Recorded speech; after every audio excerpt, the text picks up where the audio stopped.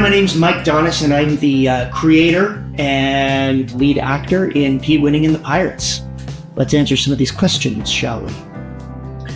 What's the strangest or most memorable fan interaction that you've had related to the series? The one that I tell to most people, because I definitely found it the most amusing, this was after season 2 had come out, and we were at a comic convention in Cornwall, Ontario, called Cape. It was their inaugural event. The whole team was there. We had this fan come up, really excited to get to meet the guy that played Pete Winning. And I come over and I shake the hand. Hi, how's it going? She completely refused to believe that I was the actual guy. Why are you lying to me? Like, where is he? Is he coming or not?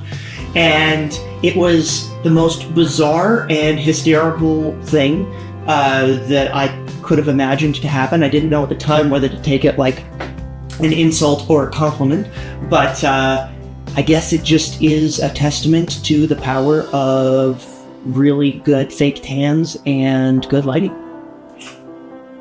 Are there any behind-the-scenes stories or bloopers you love remembering? The one that I don't know that I've told this too many times, but it's a really cool one, was that we were shooting a scene for episode 7 where One-Eyed Bill is in this prison cell. We had misplaced on that day the eye patch that Ash was supposed to wear.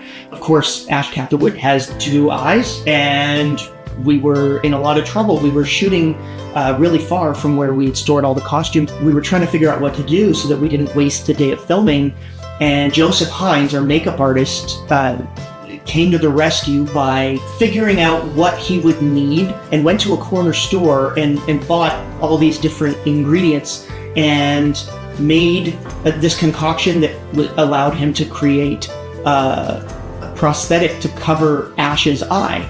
Ash gets to have this really cool moment where he reveals that One-Eyed Bill has that missing eye. And it was a really kind of creepy moment for the show that wouldn't have happened if it weren't for a mistake. So hats off to Joey for that one, because that really saved the day. Question number 3. If you were to reboot Pete Winning and the Pirates today, how would the story or characters evolve? I kind of know the answer to this one. During the lockdowns in 2020, James Christopher, Aaron Sang, and I actually kind of went back and started drafting a storyline. So we do have a story that's sort of set 10-15 years after the season finale, the end of season 2. The world's gotten a lot worse, but that doesn't mean that there isn't still hope and a lot of swashbuckling and a lot of crazy, wacky pirate hijinks. So I guess the short answer is that there would be more pirates and more lasers and more fun. How does your experience as an editor shape the storytelling choices that you make as a director and an actor? I really like that question. I feel like working so heavily as an editor heavily shapes all the decisions that I would make as a director. You can kind of, as you're shooting, really have a much clearer idea of what you're going to want to use, because you are also editing the thing. So you can go ahead and shoot stuff and know you don't need this, but you need this. So you make sure that you focus your time in the right areas. That's super helpful. As an actor, how does it help me? I don't know that it actually does. I feel like as an actor, I'm always wanting to give as many options as possible and just kind of make it as believable as possible. So I think that when I'm acting, I try to turn off my editing brain, but when I'm directing, I absolutely want to keep that editing brain, because I think that it helps move things along and keep things streamlined. Next question. Looking back, what would you tell first-time filmmakers about building a digital series from scratch? If you're doing it the way we did Pete Winning, where we essentially financed it we ran a Indiegogo campaign, and then we kind of just came together and did it ourselves. If you're doing that, make sure you love it, because it's going to take a lot of your time, a lot of your energy, a lot of your favors. And if you don't love it, then what is it all for?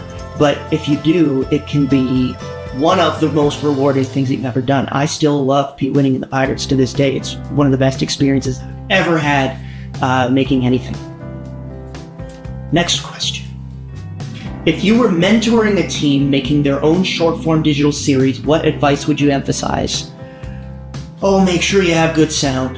I feel like sound is the most overlooked thing in a lot of indie projects. It's one of the hardest things to get right for some reason. And the fact that I don't know why is why I think it's important to work with experts that do. You can have really great picture and really horrible sound, and your movie looks like an amateur production. If you have very mediocre picture, but tremendous sound that sounds amazing, the perception is that that's a really interesting creative choice of what you've done with the visuals. Sound goes so many miles in reinforcing the storytelling and helping the audience connect with the trust, I think, of the storytellers, because sound is something you can't see, but it's something that you feel, and it is so powerful and so important. So just make sure that you focus on that. Thank you very much.